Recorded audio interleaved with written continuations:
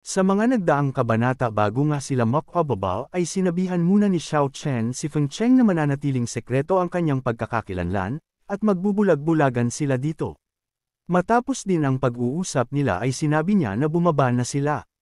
Habang pababa sina Xiao Chen ay may napansin ang mga cultivator na may mga paparating na nagmula sa ibang pamilya. Napansin din naman agad ito ni Liang Tianfei kaya naman napalingon siya dito. Ang dumating ay ang pamilyang Chu, at ang babaeng ito na pinadala ng pamilyang Chu ay si Chu Zonzon.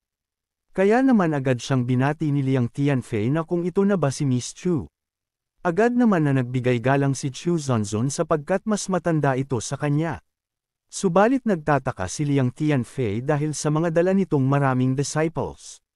Sinabi naman ni Chu Zonzon na senior huwag tumingin, sa pagkakataong ito ay dumating ako kasama ang ilang mga alagad ng sekta ng Hopewell, ang Panginoon ay may iba pang mahalagang gawain.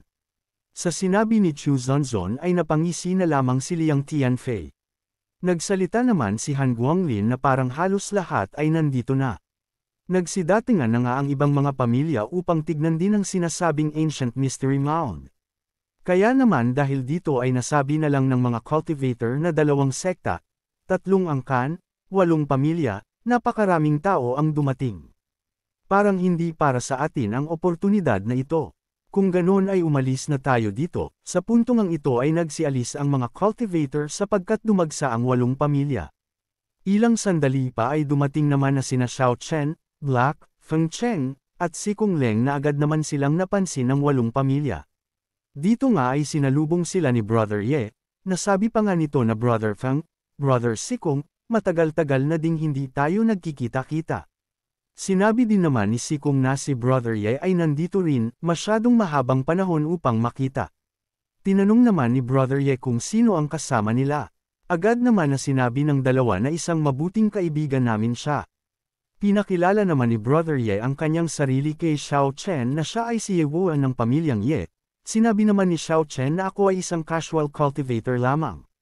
Nang marinig ito ng isang pamilya ay napangisi siya at sabay niyang sinabi na ang lakas ng loob mong pumunta dito para sa pagkakataon. Pinapayuhan kita na umalis na sa lalong madaling panahon bago pa man ang iyong mga buto ay maghiwa-hiwalay dito. Sarkastiko namang sumagot si Xiao Chen na mas mabuting isipin mo muna ang trabaho mo. Sa sinabi ni Xiao Chen ay nainis ang hangal na sabi pa nga niya na isa kang kahihiyan. Lumapit naman si Liang Tianfei at sabay niyang sinabi na dahil gusto niyang kumuha ng pagkakataon, ay hayaan siya, bahagya namang nagtataka si Xiao Chen sa asal ni Liang Tianfei. Napangisi naman si Liang Tianfei at mukhang may plano ito kay Xiao Chen. Sa puntong ito ay hinayaan na siya ng isang hangal na ito dahil sa sinabi ni Liang Tianfei. Ilang sandali pa ay sinabi na ni Liang Tianfei na ngayong lahat ay nandito na, gumuhit muna tayo ng landas. Ang mga pagkakataon sa sinaunang lihim na libingan na ito ay nakasalalay sa mga bagay na walang kabuluhan, ayos lamang ba ito? Sinang-ayunan naman agad ito ni Chu Zonzon at ang ibang mga pamilya at hindi na nila ito tinutulan pa. Sinabi na din ni Chu Zonzon na kung ganoon ay magpatuloy na tayo. Agad na silang nagsitulunan sa baba matapos ang lahat at pag-usapan ang sitwasyon. Subalit sa pagbaba pa lang nila ay ramdam na nila ang isang nakahandang formation ng guho. Sa tindi nito ay halos nagugulat sina Feng Cheng at hindi nila maintindihan kung saan ito nagmamula sa ibaba. Inalis naman ni Xiao Chen ito sa kanya na agad namang sumunod dahil ito ang kanyang pinagmulang angkan. Sinabi nga dito ni Liang Tianfei na ito ay walang katapusan. Nang marinig ito ni Brother Ye ay agad siyang naghanda upang atakihin ito. Matapos ang kanyang paghahanda ay agad niya na itong pinakawalan patungo sa naglalabas ng kapangyarihan. Dahil sa ginawa ni Brother Ye ay tumigil na ang pagwawala ng kapangyarihan. At sinabihan ni Feng Cheng na Brother Ye, ang iyong cultivation ay higit na pino kaysa dati. Nang makababa sila ay makikitang ilang mga lapidang bato ang gumawa ng pagpapakawala ng kapangyarihan kanina. Agad naman itong nilapitan ni Liang Tianfei at sinuri ang mga bato. Nang masuri niya ito ay sinabi niya na ang mga lapida na ito ay pawang mga batong kangjing na ranggo ng langit sa ikalimang baitang. Hinangaan naman ito ng lahat dahil sa lapida pa lamang ay naglalabas na ito ng matinding kapangyarihan at sa matataas na antas nito. At pagkatapos nito ay sinabi niya na sa lahat na magpatuloy na sila. Dahan-dahan silang lumapit sa isang pintuan na nasa kanilang harapan.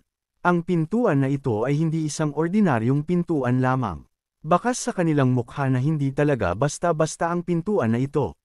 Subalit ang hangal na ito ay makikitang binabaliwala niya ito base sa kanyang reaksyon. Habang si Xiao Chen naman ay nakilala niya ito. Nasa isip-isip pa nga niya na ito ay ang mga guho ng Diyos ng digmaan. Agad nga na nagpresenta ang hangal na sinabi pa nga niya na gusto kong lagpasan ang pintuan na ito. Walang ano-anong tinulak niya ang pintuan sa pag-aakalang kaya niya itong mabuksan gamit lamang ang kanyang lakas. Subalit ang kanyang ginawa ay nagbigay sa kanya ng kahihiyan dahil walang silbi ito. Nasabi pa nga niya habang nahihiya na ang pintuan na ito ay masyadong mabigat. Sinabihan naman siya ni Feng Cheng na Qinxing hindi mo rin ito kaya. Dahil sa napasubo na siya at napahiya ay hindi siya sumuko at agad na nilabas niya ang kanyang abilidad upang atakihin na lamang niya ito gamit ang kanyang pamamaraan.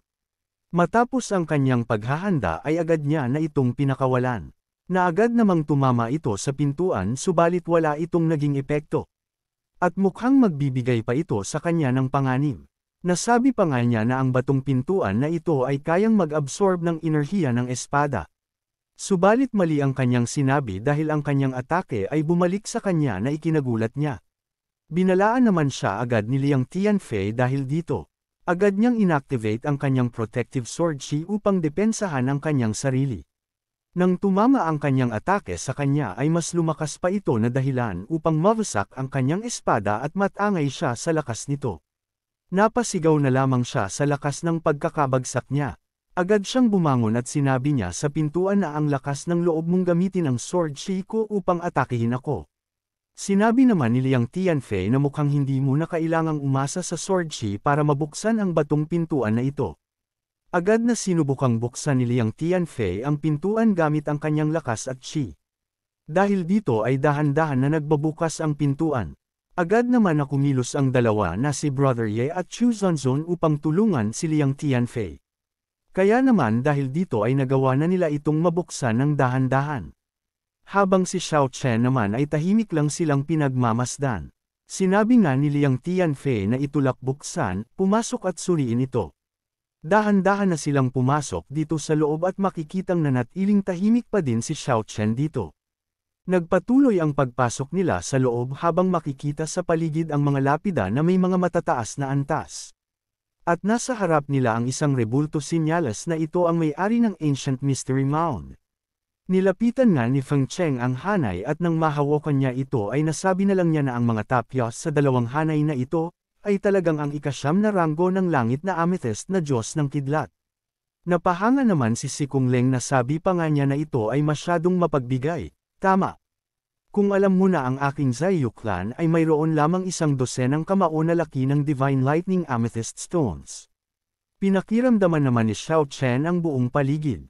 Habang si Black naman ay makikitang namamangha sa mga hanay at bakas sa kanyang mukha na gusto niya itong kainin. Kaya naman sa puntong ito ay agad niyang tinalunan ang malapit sa kanila.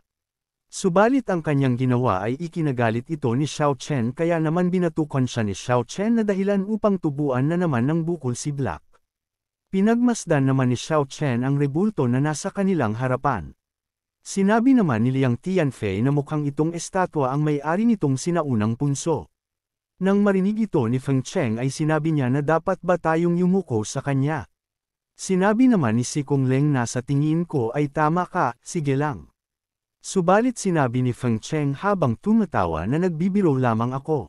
Narinig naman ni Liang Tianfei ang pag-uusap nila Feng Cheng at Sikong Leng kaya naman baka sa kanyang mukha na tama ang sinabi ni Feng Cheng na kailangan nilang yumuko. Kaya naman agad siyang lumuhad upang magbigay-pugay sa rebulto. At sabay niyang sinabi na ngayon ay kinuha ko ang kalayaan na pumunta dito para sa himala ng mga nakatatanda. At umaasa akong mabigyan ako ng pagkakataon ng mga nakatatanda. Hindi kita ipapahiya sa pagkakataong ito. Nagsimula namang gumalaw ang rebulto sa ginawa ni Liang Tianfei. At nagpakilala ito na sabi pa nga nito na isa akong hybrid god ng martial arts. Habang nagugulat ang iba ay kalmado naman si Xiao Chen subalit hindi maiwasan na mamangha si Feng Cheng na sabi pa nga niya na isang hybrid na Diyos ng martial arts. Ang unang pick supreme sa langit at lupa. Natuwa naman ang hybrid god na sabi pa nga niya na hindi ako makapaniwala na may mga tao pa rin sa aking henerasyon na nakakaalala sa akin. Sinabi naman ni Liang Tianfei na ang nakatatanda ay ang unang kataas-taasang nilalang sa Siyam na kaharian. Noon, sinuntok mo ang langit at nagpadala ng walang katapusang espiritual na enerhiya upang pakainin ang mga mandirigma. Paanong hindi natin malalaman ang gayong dakilang kapangyarihan?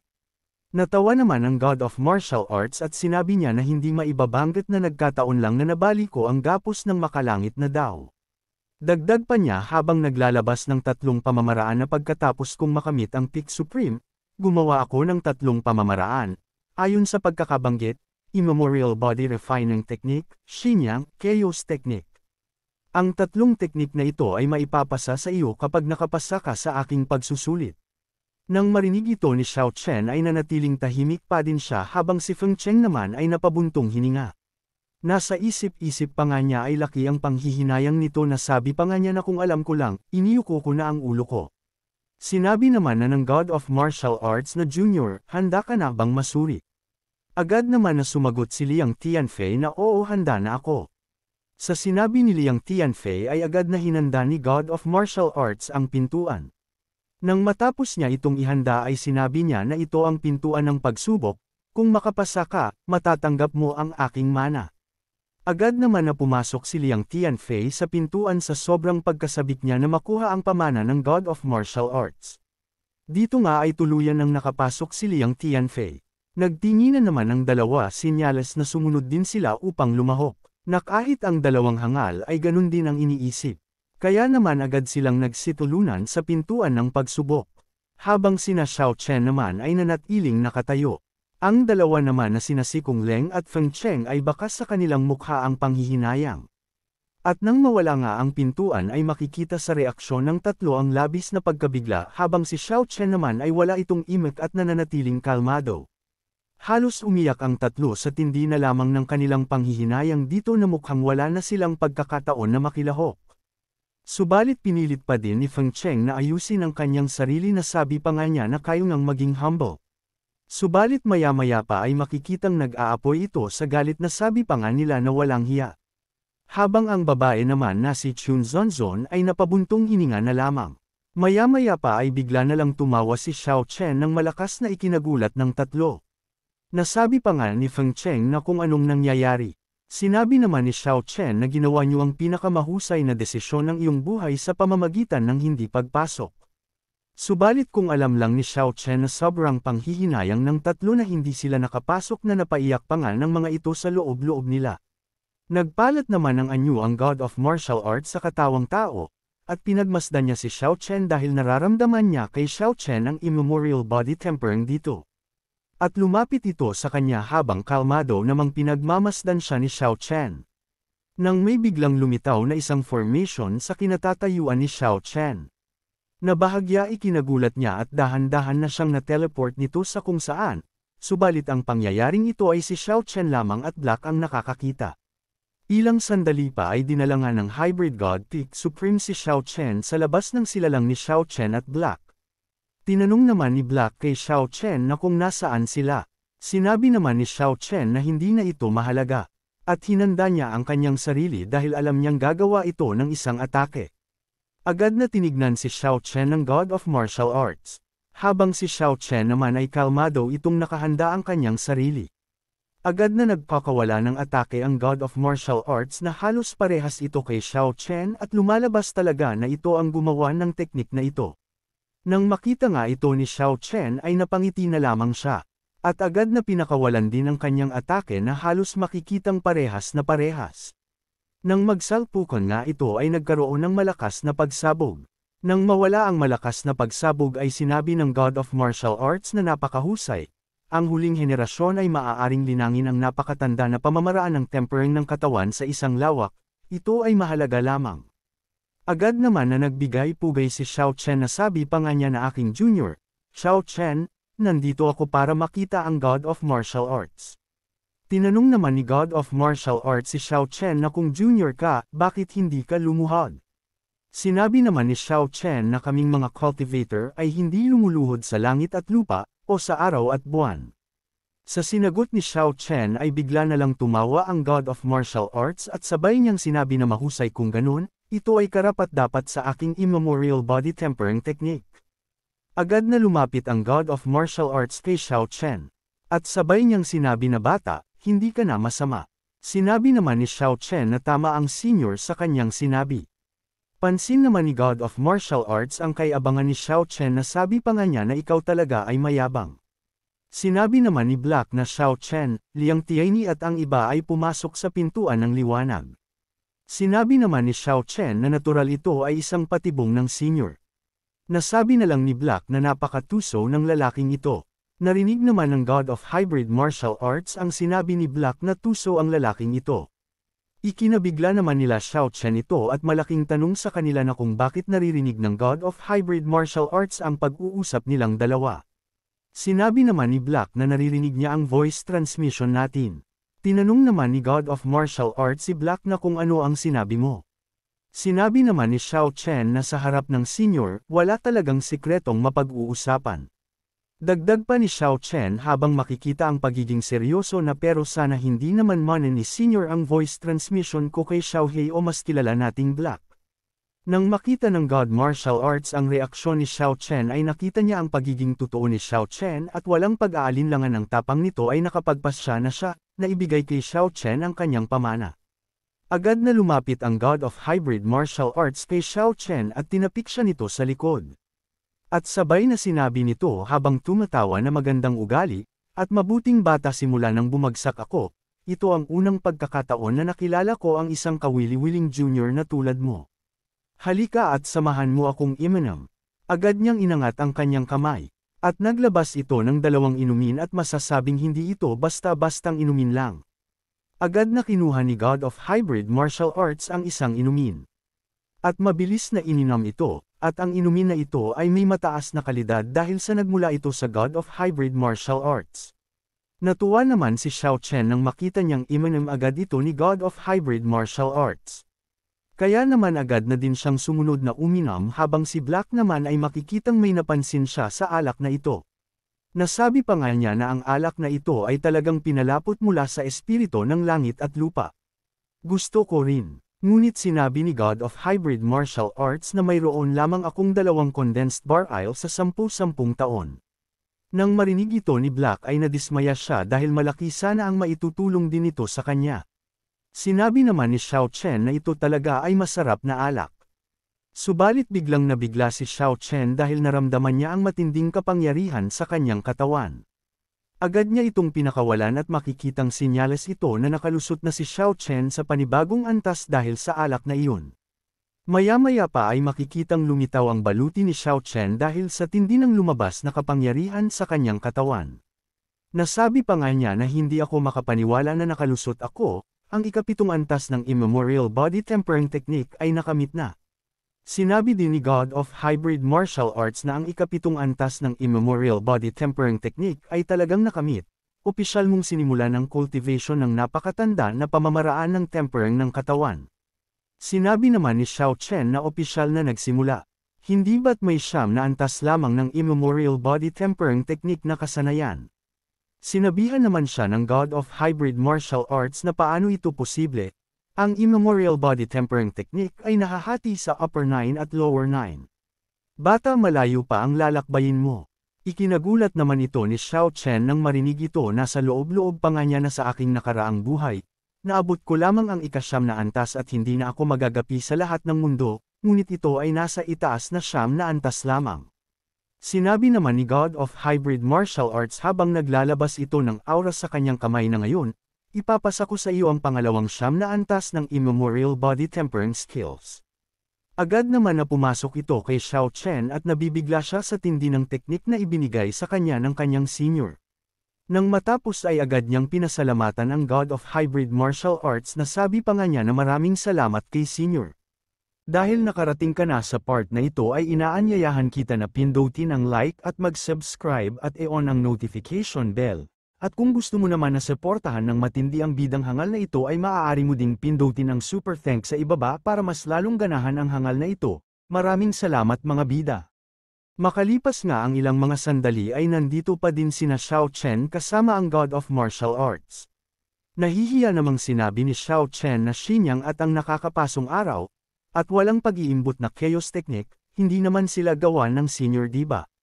Sinabi naman ng God of Martial Arts na syempre hindi, ngunit ang dalawang pamamaraan na ito ay hindi angkop para sa iyo. Bukod pa rito, ang immemorial body refining technique ay ang pinagmulan ng katawan ng langit, hanggat maaari mo itong linangin hanggang sa ganap, natural mong masisira ang mga tanikala ng makalangit na daw tulad ng ginawa ko. Tinanong naman ni Xiao Chen kay God of Martial Arts na sabi pa nga niya na senior, alam mo ba ang extra territory? Sinabi naman ni God of Martial Arts na extra territory. Ano ito? Ipinaliwanag naman ni Xiao Chen na ang isang ito ay mula sa extra territory, na tila isang kaharian ng mga batas na hiwalay sa langit at sa mundo. Bahagya namang nagulat si God of Martial Arts na sabi pa nga niya na nakikita ko, sa hindi inaasahan, talagang hinarang muli ng makalangit na daw ang 10,000 mundo. Bata, ang kaharian na naiintindihan mo ay isang maliit na kaharian lamang, ang mundong ito ay mas malaki kaysa sa iyong maiisip. Natutuwa namang sinabi ni Xiao Chen nang marinig niya ang sinabi ng senior na alam ko na ang supremacy ay hindi kailanman magiging tuktok ng isang martial arts, at may mas malaking mundo na naghihintay sa akin.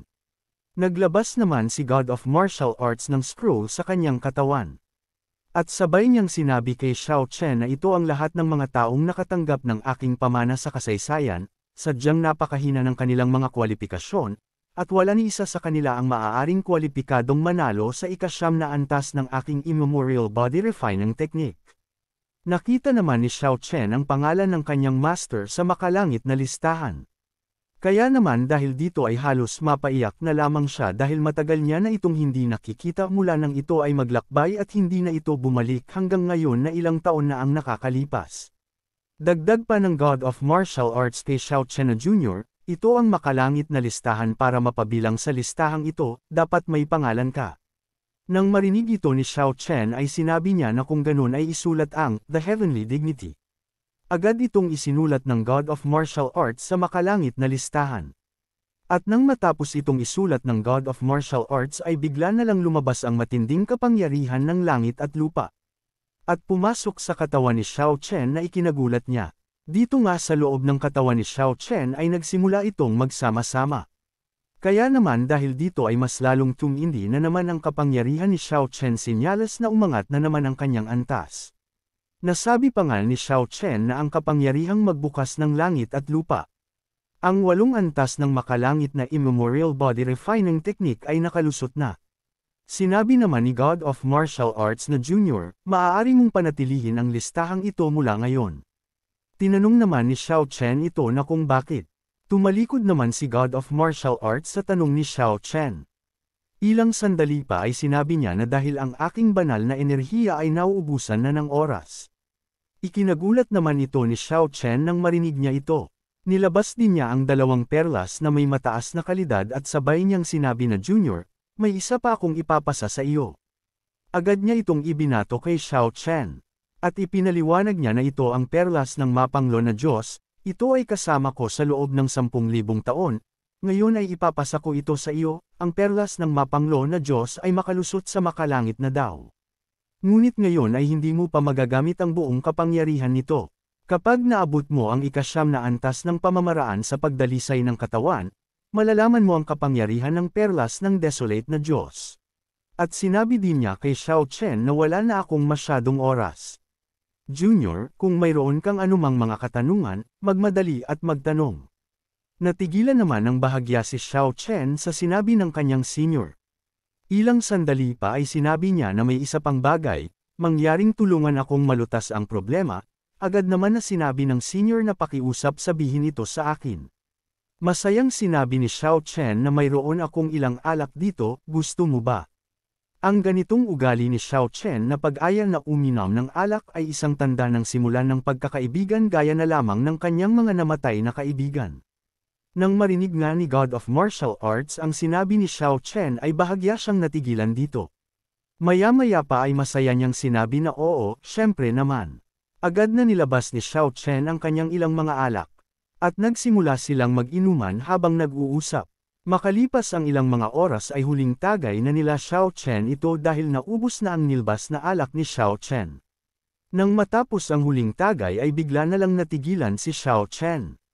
Sapagkat naglaho na ang kanyang senior, o mas kilala bilang tinaguriang ang God of Martial Arts at ang unang nakalusot sa peak supreme ng cultivation, na gumawa din ng teknik na ginagamit ni Xiao Chen na kung tawagin nga nila ay immemorial body refining technique. At sa puntong ito ay baka sa mukha ni Xiao Chen ang pagkabigla at lungkot kaya naman sinabi niya na palem na senior. At dito na din matatapos ang ating episode mga bidang hangal subalit hindi matatapos ang araw na ito nang hindi tayo nag-shoutout, kaya naman shoutout kay Jerry Lorca, Rogelio Mendoza, Sarmant Laurente, Anita Yamamoto. Gilbert Vallejo, maraming salamat sa panunod at magkita-kita ulit tayo sa mga susunod na kabanata, kaya naman mangyaring palike na lang po.